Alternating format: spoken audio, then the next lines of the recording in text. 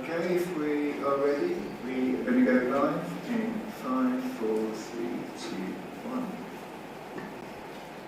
Good afternoon, everyone, and welcome to the OBR's press conference for our November 2025 Economy and Fiscal Forecasts. I'm Laura Gardner, Chief of Staff, and I'll be chairing today's event.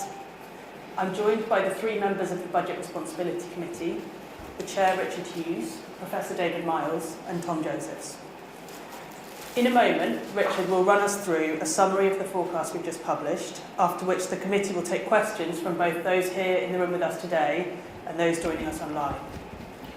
Those watching online can submit questions at any time on Slido via the link on our website. Before that, I should start by thanking, on behalf of the committee, staff from the OBR, Treasury and across government for their expertise, flexibility and perseverance in putting this latest forecast together. Of course, all the analysis and conclusions continue to represent the BRC's own independent judgments. With that, let's hear from Richard. Thanks, Laura, and good afternoon, everyone. Before I turn to the substance of our forecast, let me start with an apology. A link to our Economic and Fiscal Outlook document went live on our website too early this morning and was subsequently removed. We apologise to the Chancellor, members of Parliament for this technical error, and have initiated an investigation into how this happened. It will be reporting to our Oversight Board, the Treasury, and the Commons Treasury Committee on how this happened and how to make sure it doesn't happen again. Let me now turn to the substance. Starting with the economy, the productivity performance of the UK economy has continued to undershoot our forecasts, despite several significant downgrades since 2010. And continued sluggish productivity growth, seen years on from the shock of the pandemic and energy crisis, suggests that the sharp rebound we've been expecting is unlikely to materialise. Therefore, following our summer supply stock take, we further revised down our estimate of the underlying trend rate of productivity growth by 0.3 percentage points. As you can see from this chart, this takes it from 1.3 to 1% in the fifth and final year of our forecast. As you can see from the chart on the right, this downward revision takes our latest forecast of productivity growth closer to, but still above, the 0.5% average growth the UK has experienced since the financial crisis. Having published a paper alongside today's EFO, setting out the analysis and reasoning underpinning this judgment. Combining our new lower productivity forecast with an unchanged estimate of growth in the labour supply at around 0.5% per year, this means that in our latest central forecast, we now expect real GDP to grow by an average of 1.5% a year for the next 5 years, with stronger growth this year and somewhat weaker growth in later years than in our March forecast. But the downward revision of productivity was not the only material change to our economy forecast since March. We've also revised up our forecast for earnings growth and inflation in the near term, both of which are important drivers of our fiscal forecast. This is especially true when personal tax thresholds are frozen in nominal terms, as they have been since 2022. As you can see from the chart on the left, we've revised up our estimate of nominal earnings growth by around 1% per year this year and next. This reflects the more persistent strength we've seen in wage settlements for this year, and in expectations for next year than we'd anticipated in March. More persistent domestic wage pressures mean we also expect inflation to be higher than in March, as you can see from the chart on the right. And while one-off cost of living measures announced in this budget are expected to knock around 1/3 of a percentage point off inflation next year, it's still forecast to be around 0.5 percentage point higher next year, and take a year longer to return to its 2% target than we thought back in March. The net effect of these changes to our economy forecast on tax receipts is actually to increase them by £16 billion by the end of the decade, compared to our March outlook. This is because while the reduction in productivity growth would have, in isolation, lowered tax revenues by around £16 billion by the end of the decade, as you can see from the grey bars on this chart, higher near-term inflation partly offsets its impact on nominal GDP, which is a key driver of tax receipts. In itself, this boosts all nominal receipts by around £14 billion, as shown in the blue bars on this chart. On top of this, higher nominal wage growth shifts the composition of GDP growth towards labour income and consumption.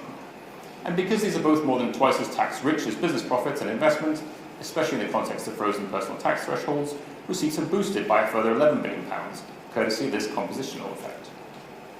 So the net effect of these and other pre-measured changes in our receipts forecast, shown in the black diamonds, leaves total tax revenues £16 billion higher than in our March forecast, despite the downgrade of productivity. Let me now turn to what these and other developments imply for the latest fiscal outlook before taking account of policies announced in today's budget.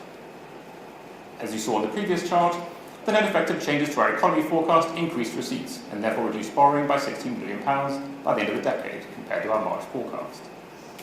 However, this improvement in the underlying receipts position is more than offset by a £22 billion increase in underlying spending in the same year.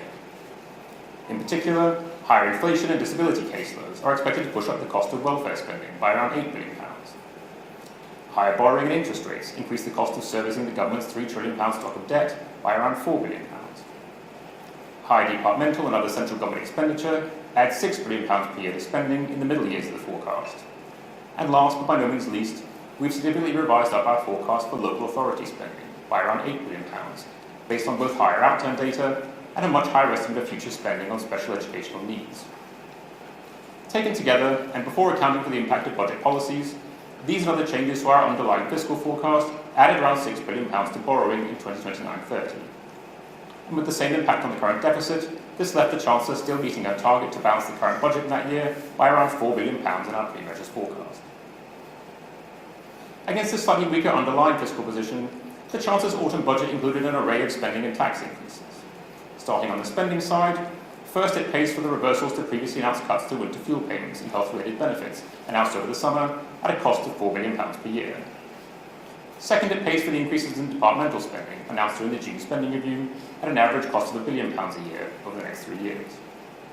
Third, it scraps the two-child limit on benefits, which costs £3 billion per year, and increases payments to 560,000 families. And fourth, it announces a range of other spending measures, including £2 billion a year to reduce household electricity bills over the next 3 years. Moving to the tax side of the budget, it freezes personal tax thresholds for a further 3 years, which raises £8 billion in 2029-30. Second, it charges national insurance contributions on salary sacrifice pension contributions, which raises £5 billion.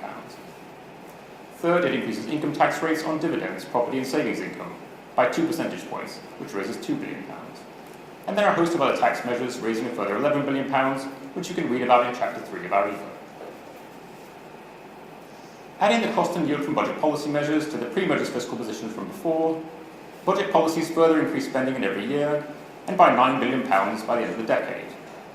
But budget tax rises more than offset this increase in spending by raising £2 billion, £26 billion in additional revenue.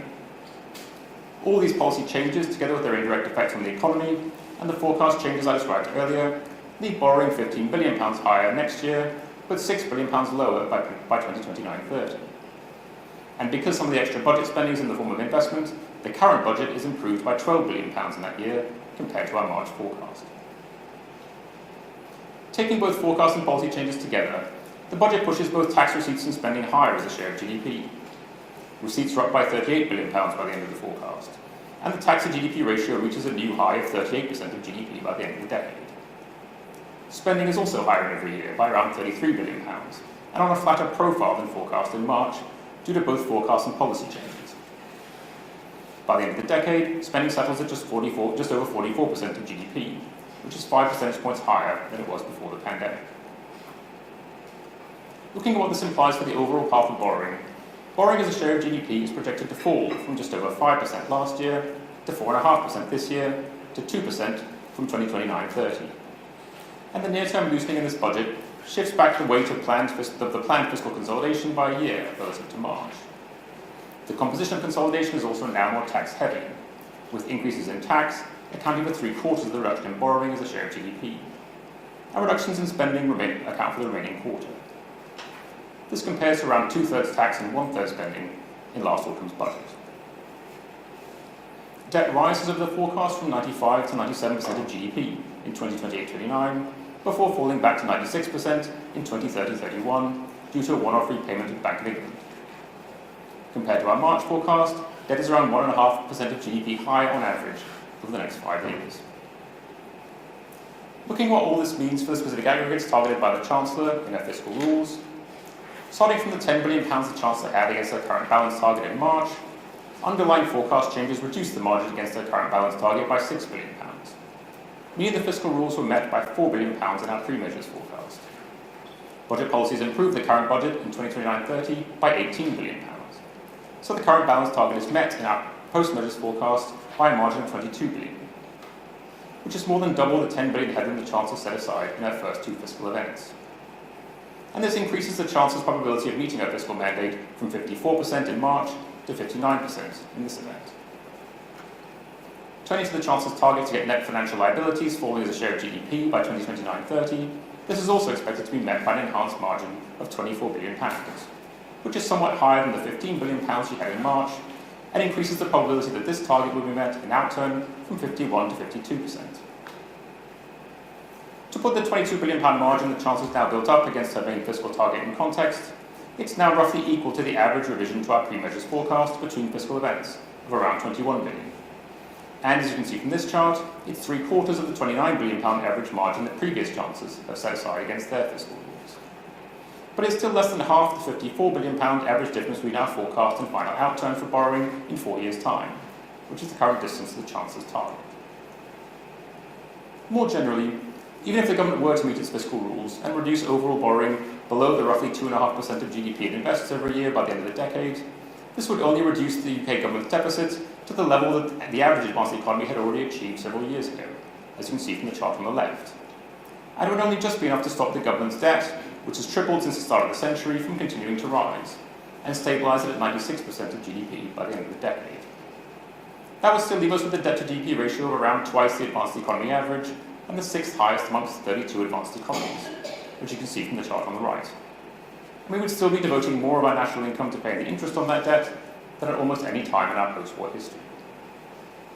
And there are a number of risks and pressures which could push that level of debt even higher, and further increase the stresses on the public finances. Starting with the risks emanating from the economy, even after the downgrade in this forecast, the outlook for productivity growth continues to be one of the most important risks to our fiscal outlook. So our EFO explores the fiscal implications of productivity growth being half a percentage point higher or lower by the end of the forecast. Interest rates have also remained highly volatile, varying by 50 basis points since March. And the shortening in the average maturity of gilt issuance in recent years increases the government's exposure to such changes. Finally, with some US equity valuations reaching levels seen during the dot-com bubble in the early 2000s, we also explore the economic and fiscal implications for the UK of a sharp correction in global equity prices. Turning to the fiscal side, there are also risks generated by policy commitments and pressures in spending and taxation. These include the government's as-yet unfunded commitment to further increase defence spending, from 2.5% of GDP at the end of this decade to 3.5% by the middle of the next. This would require the government to find an additional £32 billion in today's money, with an overall envelope for departmental spending, which is set to grow more slowly in the economy. The government's also announced that the full cost of spending on special educational needs will be met by central rather than local government after 2028-29. But it has yet to set out a plan for how the additional £8 billion cost will be absorbed within existing budgets. And while local authorities will then no longer be responsible for financing the costs of SEND, they would still be required to recognise a £14 billion cumulative deficit built up based on their past spending on the programme, which would leave many authorities technically insolvent at that point. A final policy risk comes from the planned increase in the tax take to a historic high by the end of the decade, which delivers most of the government's deficit reduction plan. A rising tax take increases the risk that it distorts or constrains economic activity by more than expected, reducing the revenue yield below that assumed in our forecast. There's one risk that the OBR has highlighted in successive EFOs and fiscal risks and sustainability reports, which this budget does partly address, and that's the steady erosion of the £25 billion per year that the government currently collects in fuel duty, from a combination of successive freezes to the duty rate and the rising take-up of electric vehicles. Left unaddressed, as the blue line on this chart shows, the shift from petrol-driven to electric cars is projected to reduce revenues from fuel duty to close to zero by 2050, leaving a hole in the public finances equivalent to more than 0.5% of GDP. By introducing a 3p per mile tax on electric cars, this budget helps to plug some of that hole. However, the new EV tax raises only half the revenue that petrol duty currently does from a given car over the course of a year. And the EV tax only applies to cars and not vans and lorries that currently account for around 40% of total fuel duty receipts.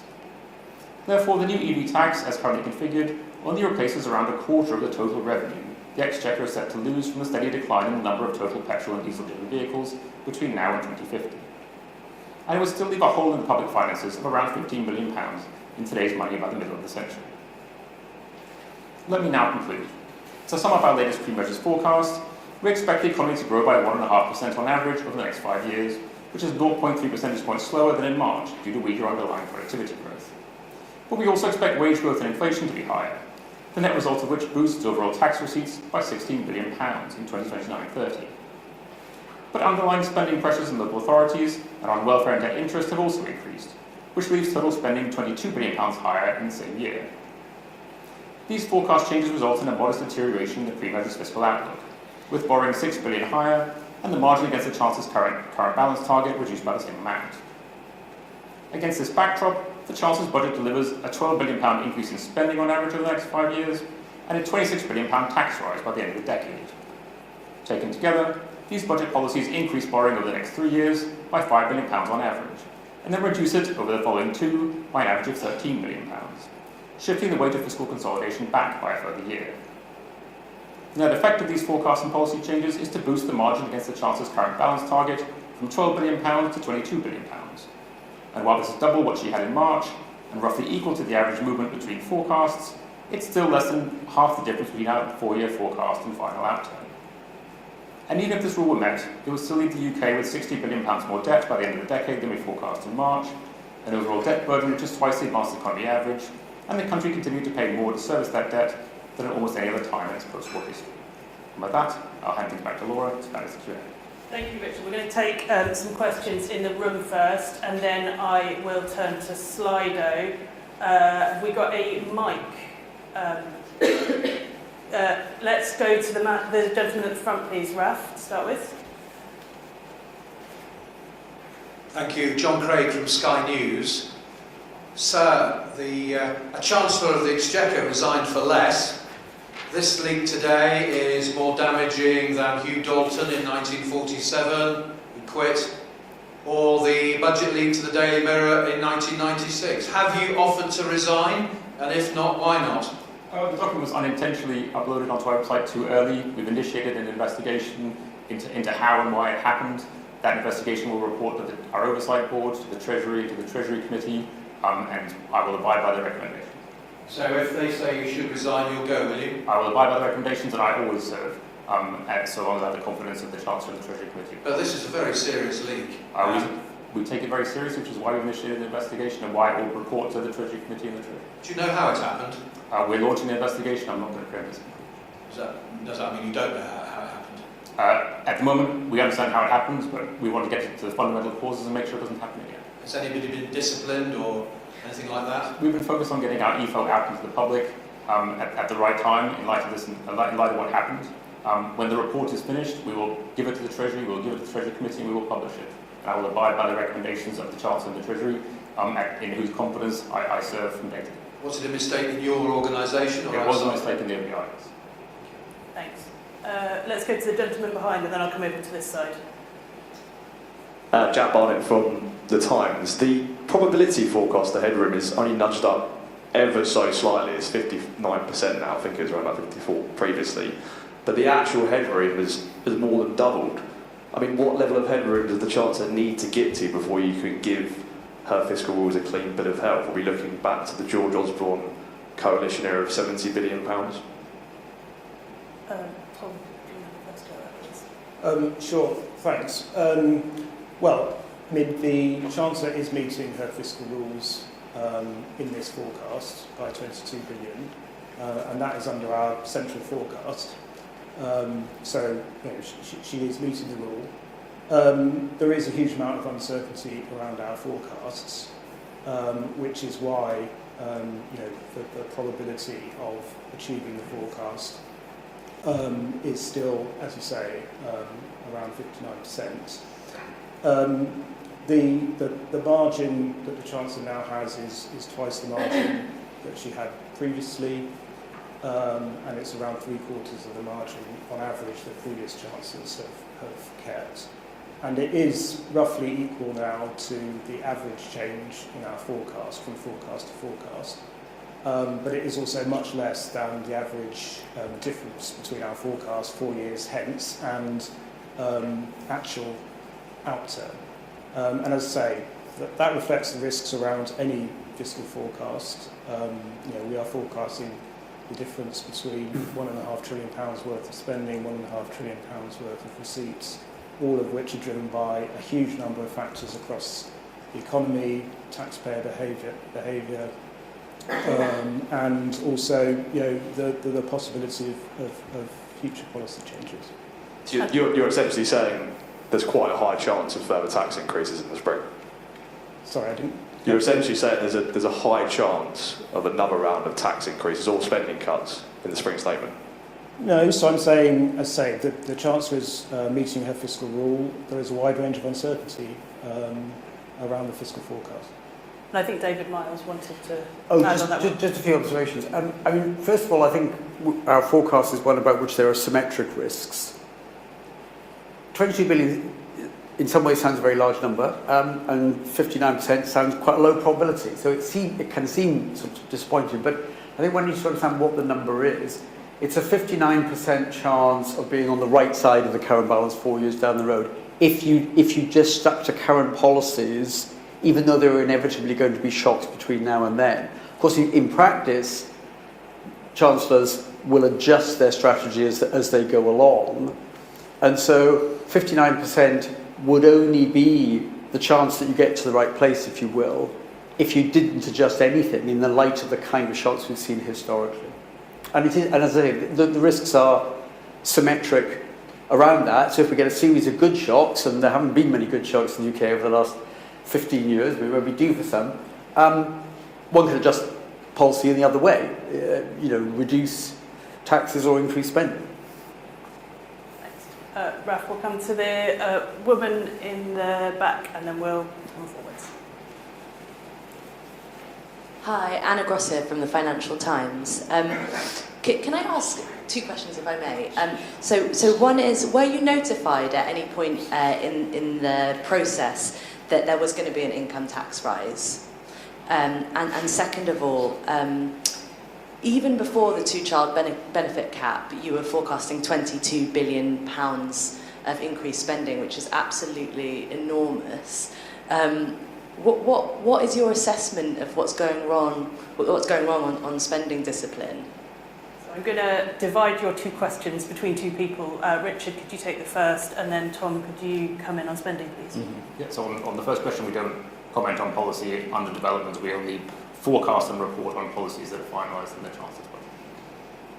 Tom? And so on the increase in spending in the forecast, so before the impact of any policies that the Chancellor's announced, there was a significant increase in our forecast for spending, which actually sort of starts now and is maintained through the forecast.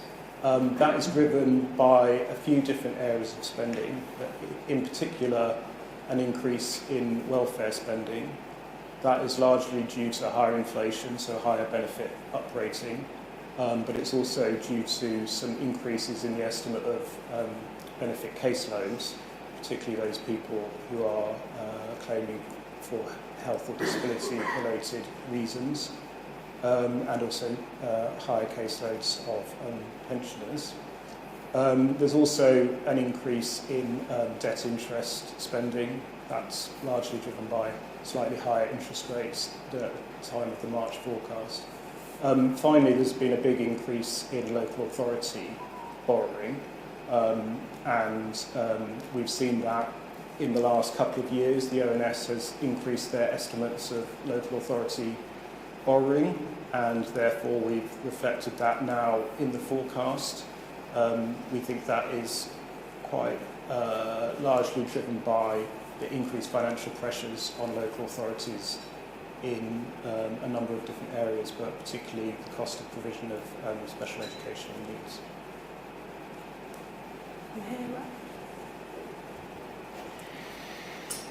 Thank you, Arnold Telegraph.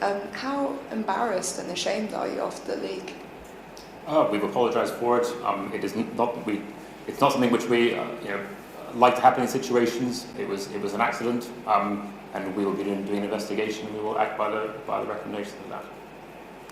Right, we've got a few more in the room, so let's take those, and then I will come to Slido. Let's go to this gentleman here in the third row. Thank you, David Robinson, Market News. Saving rate. You have a fairly sharp drop in the saving rate on the assumption that households will smooth consumption. We've had worthy papers from the Bank of England suggesting this is questionable and there's doubts about why, given all the uncertainty and inflation expectations and everything else, that maybe saving rate won't come down. How do you justify it? Because I've already seen a couple of analyst notes saying this looks pretty strange. I'm going to ask David to answer that one, please. It's partly because the profile of real earnings and real household disposable income is flatter than we thought. That's partly a reflection of the productivity judgment we've made. It's partly a reflection of taxes going up to create a more substantial amount of headroom or margin.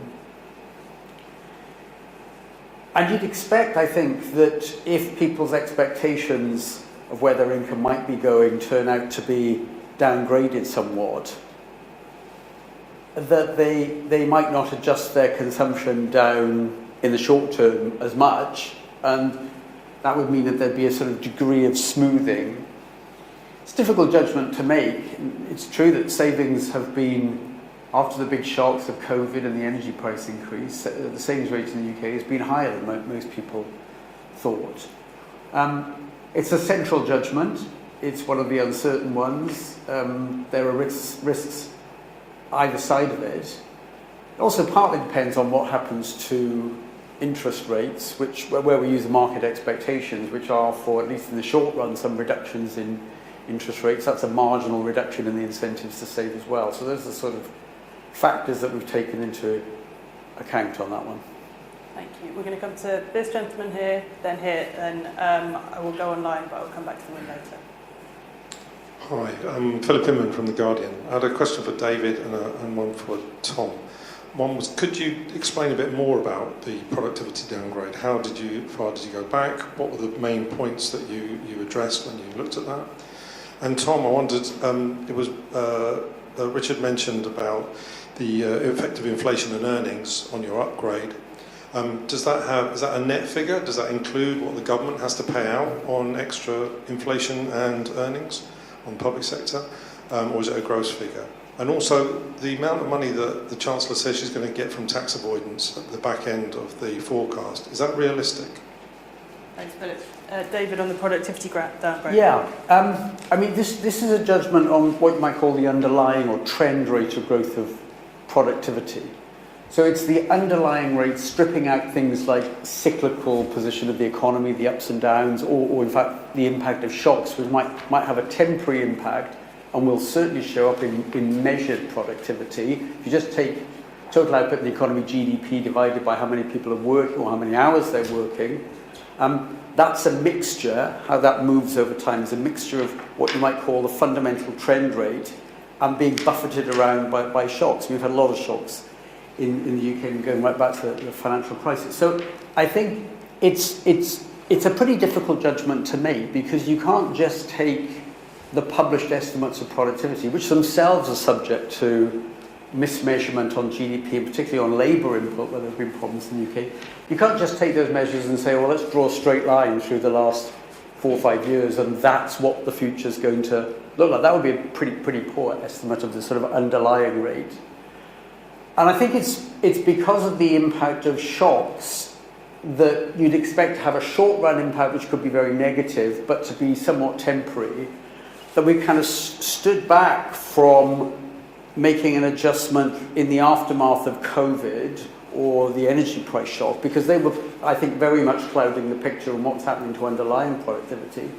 I think now we're 5 years on from COVID, and a couple of years on from the really very big changes in energy prices. And we've now got some alternative measures of labour input which might correct some of the defects of the labour force survey. It's possible to look back over the last couple of years, after a lot of those shocks have probably played out, a period where we'd hoped that there would be some recovery in productivity back up to a trend which had been driven down in the measurements by the shocks. That didn't really seem to be happening, and I think now we've had long enough past after any impact of the shocks of COVID and the energy price shock to be able to look at the last couple of years where there's been some growth in productivity, but it really hasn't shown a bounce back to a much higher level, which our forecasts have been expecting. So that was perhaps one of the major factors there. We also look back over long periods in history about what happens when there are shocks and recoveries from them. We've also taken account, I think, of a couple of things that have come along really very recently, one of which is the rather worrying trajectory on sort of globalization and trade, and more narrowly the impact of tariffs on the UK from the US. It's hard to see that as anything other than a somewhat negative factor on productivity, offset a bit by the hope, anyway, that AI developments might boost productivity a bit, and we've done quite a lot of research on trying to work out just how positive the AI effect might be, and there's a report that we've put out alongside the EFO on that and the other parts of the supply side judgment. So somewhat long-winded answer, but it deserved a long answer because it I think was a judgment that because of the measurement issues, sort of rushing into it too quickly without stepping back and trying to look at really the underlying trends here meant that one could, well, I think we wanted to avoid sort of being somewhat trigger happy in the aftermath of those big shocks and saying, well, that's now the new long run low rate of productivity growth. But it's been long enough after those, and we think that it's right to make a downward adjustment. And Tom, the two questions for you were on the impact of inflation and earnings on public spending and the yield of measures targeting tax avoidance. Yeah, thanks. So the number that was in Richard's presentation for the increase in our receipts forecast due to higher inflation, which is 14 billion estimate, that is just the impact on tax receipts, and that is quite a large number because income tax and NICs are a very big proportion of the government's tax take, and with frozen tax thresholds at the moment, they are very sensitive to the forecast for nominal earnings. There is, as I think you are asking in your question, a cost to the government from higher inflation through higher benefit uprating, some higher debt interest costs. It also increases the pressure on departmental budgets. That doesn't show as a fiscal cost because the Treasury sets departmental budgets in nominal terms at spending reviews, but it does mean that higher inflation is sort of more pressure within those budgets that the Treasury has set. On the tax compliance question, so we have some analysis in the reports on this.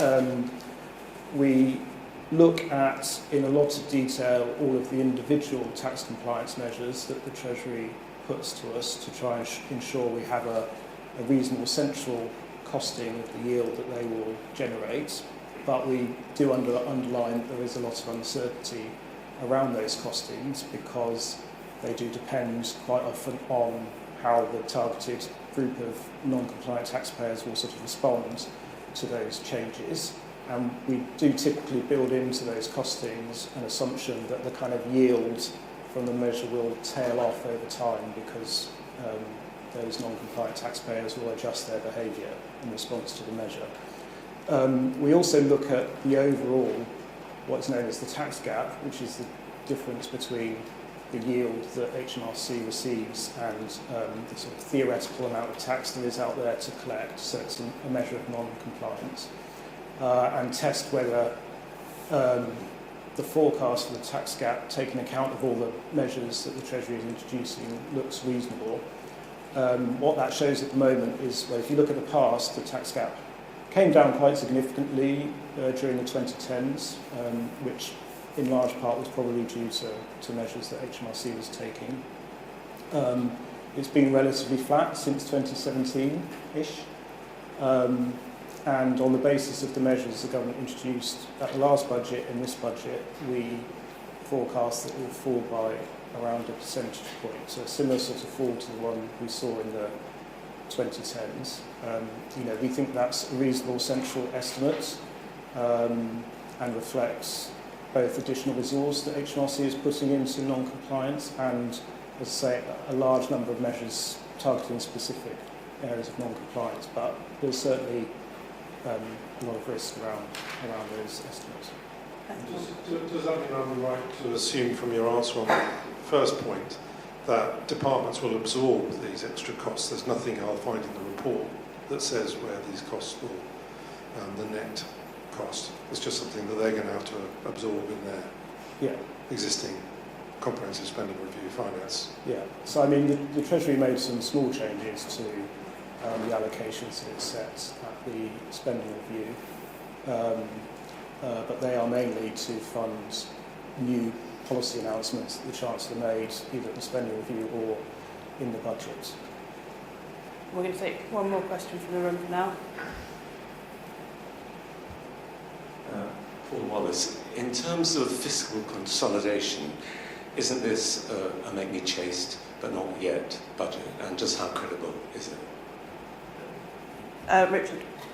So it does push the weight of consolidation back later into the forecast period, and it roughly shifts the consolidation back by a year in the first few years, but then does more of the consolidation in 2028, in 2029, 30, and then 31, which is the extra year added onto our forecast period. That's because there's quite a lot of extra spending in the near term, both in our pre-measures forecast and also in the post-measures forecast. And then the tax rises don't start raising revenue until later in the forecast. To some extent, that's sort of in the nature of policy making, which is that spending pressures are always up front.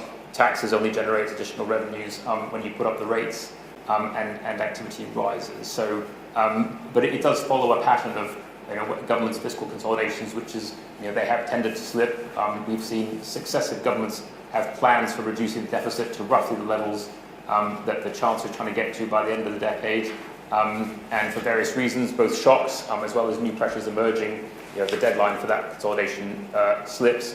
I mean, one thing to say about this Chancellor's fiscal framework is that one thing that she can't do with her current balance target is for the moment slip the deadline. It is 2029-30. That's what the deadline was in our March forecast. That was what the deadline was in her October budget last year. That's still the deadline this year. It's not until it becomes the third year of the forecast that it starts to roll forward again. And so for those reasons, at least for the next this budget and the next, she's wedded to getting the deficit, the current balance, down below, to a positive number by 2029-30. Thank you. Right, we will go to some questions online now. Quite a few coming in. We've got several questions, Tom, on the new mileage-based charge on electric cars. Paul D asks, will pay per mile only be applied to newly registered vehicles? The next one is, with the new electric vehicle price per mile of 3p, is this going to encourage drivers away from EVs? Also, why are fossil fuel hybrids 50% less? That's about 1.5p a mile. And then finally, will the new EV tax not encourage the use of mileage defeat devices, which I think I understand what that means, mileage defeat devices, especially as they don't need an MOT for 3 years. So I'll leave you with those. A number of questions there. So the new charge will apply to all EVs. On the question of why a lower charge for hybrids, that's a question for the Treasury. That was their policy choice. In terms of will it reduce sales of electric vehicles, we do assume that essentially because of the higher lifetime cost of running an electric vehicle, it will reduce sales compared to without the policy. The government has also introduced a number of other policies at the same time which are acting to increase the incentive to purchase a EV through grants and through some other changes to taxation. So that does offset some of that effect. There's also quite a lot of uncertainty about how this will interact with the electric vehicle mandate, which is a requirement on manufacturers to sell an increasing portion of their vehicles as electric vehicles. So overall, we estimate that the impact on sales will be around 100,000 lower sales over the next few years than otherwise would be the case. That is a very uncertain estimate, and as I say, it depends on how exactly manufacturers respond and how the car purchasers respond. And mileage defeat devices? Well, I think there was a set of actions, if I remember it, in the alongside the policy to try and address non-compliance, but I don't have more details on that specific aspect of it, I'm afraid. Thank you, Tom.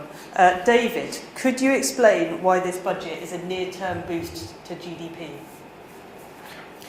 Well, because it's a bit of a fiscal loosening in the near term. There's a fairly substantial spending increase over the next couple of years, and it isn't really, as has been discussed already, it isn't really until a bit further down the road that the big increase in taxes comes through and that there's some reduction in departmental spending, anyway, toward the end of the forecast horizon.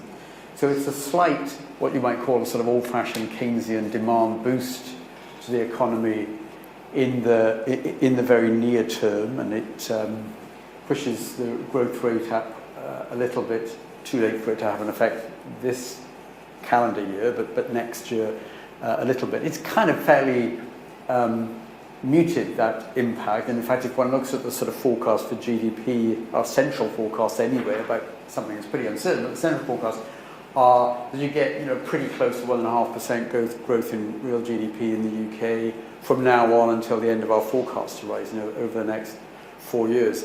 And that is in line with our assessment of the growth in potential output in the UK, which is productivity plus increases in the labour supply. So actually our forecast is very sort of flatline-ish in terms of rates of growth of GDP. Thank you, David. Richard, Rob Woodward asks, you've been critical of capping the role of the OBR previously and scrapping the biannual check on fiscal rules. What is the biggest risk from the Chancellor's proposal today?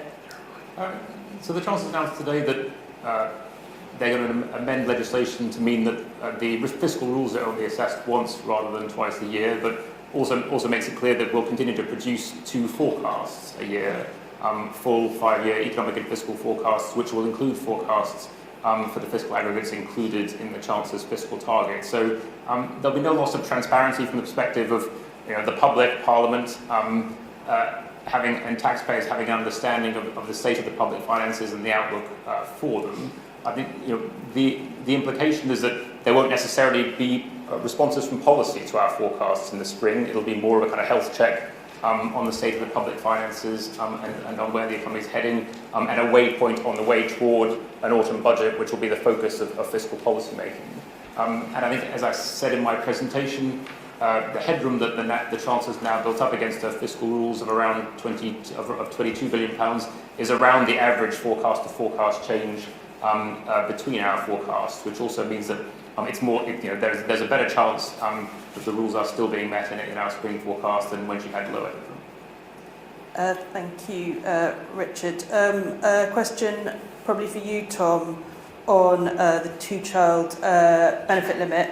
What behavioural changes have you modelled for the removal of the 2-child limit? And that's from Jordan Byrne. Thanks.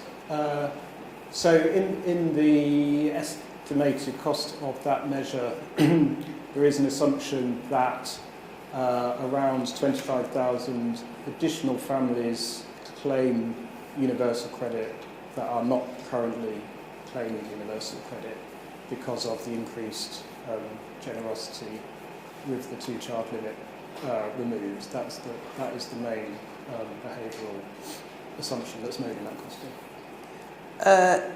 Thank you. Sorry, I may be coming back to you, Tom. Delphine Strauss asks, from the FT asks, the OBR is forecasting big near-term increases in spending and later increases in tax revenues. Mm-hmm. How uncertain are the revenue forecasts? And what is your assessment of the effect of the salary sacrifice changes at different earnings levels? So that's 2 questions there. So, I answered the question earlier on the increase in spending, which is around £22 billion. And actually a lot of that is already increases that we're seeing in spending this year, and then it's kind of maintained over the forecast period. And as I said, it's a combination of higher spending in local authorities, in welfare, and in debt interest. The increase in the forecast for tax receipts is largely driven by the higher earnings and inflation forecast, and that therefore builds up over time. And in particular, we've got a higher wage forecast next year, and so the increase in receipts kind of starts next year and then grows over time. I mean, in terms of, well, first of all, on salary sacrifice, we do expect that to mainly fall on higher earners. It tends to be higher earners who use salary sacrifice, and it is also the case that with the £2,000 cap, that also means that it's more likely to affect higher earners who put more than £2,000 into their pension through those sort of schemes. I mean, in terms of the risks to the tax forecast, I guess a couple of things to say. One is that the increase in the tax to GDP ratio over the forecast takes the tax to GDP ratio to what would be a record high for the UK, and around 5 percentage points higher than it was before the pandemic. That is largely driven by increases in personal tax. A lot of it is driven by the threshold freezes, but also other changes in personal tax. And that does affect a very large number of taxpayers, and therefore the yield from it is more certain to the extent that the kind of behavioural response is easier to estimate. But it is very sensitive to the forecast for earnings and inflation. And what we've seen over the course of the past few years is that these threshold freezes have raised a lot more than we originally anticipated, because inflation and earnings have been so much higher than was expected before the energy price shock in particular. So there is still uncertainty around that. Another chunk of the increase in the tax to GDP ratio is driven by capital taxes, so capital gains tax, stamp duties, inheritance tax. Those do tend to be more uncertain in terms of the kind of behavioural response that individual taxpayers might have to those tax changes, and also to the value of assets, equity prices and property prices in particular. Thanks, Tom. I just wanted to check, any more questions in the room? This lady here again. Thank you. Yeah, I just got a couple if that's okay. So Rachel Reeves said the damage from austerity and a chaotic Brexit and the pandemic were worse than we thought. Is she right to blame everyone else? And then secondly, I was just hoping to ask, when did you tell the Chancellor that stronger wage growth would boost receipts? Was it on the 31st of October in the final pre-measures forecast? David, do you want to take the first of those? I think the judgment on productivity really now is really about looking back over the period since low productivity growth began. That's really, there's a kind of pretty clear watershed around the time of the global financial crisis, 2000, which is what, 17 years ago. And I think our story there is that you would expect very big shocks like that to be very disruptive of output. I mean, the banking sector collapsed in the UK, pretty much. That's what happened. Financial conditions extremely difficult for households and for companies for several years, not just a few months after that. And what we've tried to do is kind of look through those big shocks, and we've had two more recently, as I was saying earlier, to try and discern an underlying path for productivity. And it's been affected by not just those shocks, it's also been affected by Brexit, which we'd already factored in to a large extent and taken a big chunk off, frankly, UK potential output down the road, and that had a substantial impact on our productivity forecast. We made that judgment back in 2017, which was the last big downgrade. It's difficult to know quite what the main factors have been in what now looks like a much more sustained reduction in the growth of productivity than just the lingering effects of some shocks which are all going to go away. And as I said earlier, we're now far enough past the latest set of shocks for us to think that it's just simply too optimistic now to expect any kind of return to the somewhat higher rate that we'd had in our assumptions more recently. Quite what the factors are, one can point at a whole range of them. There's been an awful lot of academic work on this. Some of them reflect a sort of pessimism that really applies to most rich countries. There's been a slowdown in productivity pretty much across the board. I mean, there's a view, Robert Gordon wrote a very long book about this a few years ago, basically saying that we discovered all the things that were really strong boosters of productivity and sort of get used now to going back to a lower rate of productivity than we've seen over the last 100, 150 years. So his view was it was nothing specific to the UK, it was just about technological advance slowing down. We've discovered lots of the things that generated the high productivity we've seen over 150 years. Difficult to know whether that pessimism is justified. In our own assessment, we at least looked at one thing, which is the sort of optimistic side of that, which is that AI is the new, the ultra-optimists would say, it's the new electricity. We're much more guarded in that, but we took account of something at least on the upside, which is really why our downgrade in productivity growth in the bigger picture of history is actually not that large. It's not trivial, but neither is it sort of changing the whole trajectory of the UK economy. It's a 0.3 downgrade from 1.3 to 1%. And we also had a question on when you told the Chancellor about stronger earnings in the forecasts. Yeah, so as we set out in the foreword of the document, one of the things which we try to do is make sure that our forecasts are as stable as possible over the course of the forecast exercise, so that it's only really new information that's available in the outside world that changes our view of things. That's one of the reasons why we do these summer supply stock takes about what we think of the underlying trend rates of productivity, as well as try to get other macroeconomic judgments into our forecast in the early rounds. Unfortunately, I can't go into the details of all the specifics of our forecast in every round, but you get all the detail when we do publish our info at the end of the process. We'll take a question here. Thanks. David, you mentioned Brexit just there. There's been a recent paper that has come up with much bigger figures for the impact of Brexit, between 6 and 8% lower GDP relative to the counterfactual. Have you taken on board those estimates? Do you stick by your 4% figure which you came up with originally? Yeah, it was a serious piece of work by Bloom and other authors. I think there's been some other serious bits of work that have come on the other side of our 4%. That's just the latest in a bit of an industry of trying to work out what the effect on productive potential of the UK is.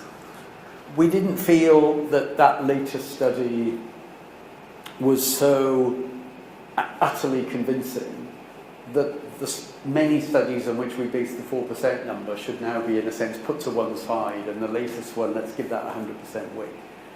So we haven't made an explicit adjustment for that in the latest productivity forecast. I mean, we'll see how things play out. It's a pretty difficult judgment to make, and that paper uses different techniques, one of which, from memory, is to kind of create a sort of doppelganger of the UK economy by looking at many other countries and trying to sort of create an alternative vision of the UK which didn't have Brexit, and by stripping out things that were in common with other countries. Those kind of doppelganger economic experiments are very difficult to get right. So I think it would be a bit premature for us to say, well, there's a new study come out which said the answer is 6%, 7%, or 8%. Let's jump and change our forecast. Can you just wait for the microphone? Sorry, Thank in you. your judgment, is the 4% deterioration, is that now in the current economy, or is there still a bit more to come in coming years? I think there's still a bit more to come, because we made the judgment that this hit to productivity would play out over a fairly extended period, and it was over that period that the trade intensity of the UK would decline.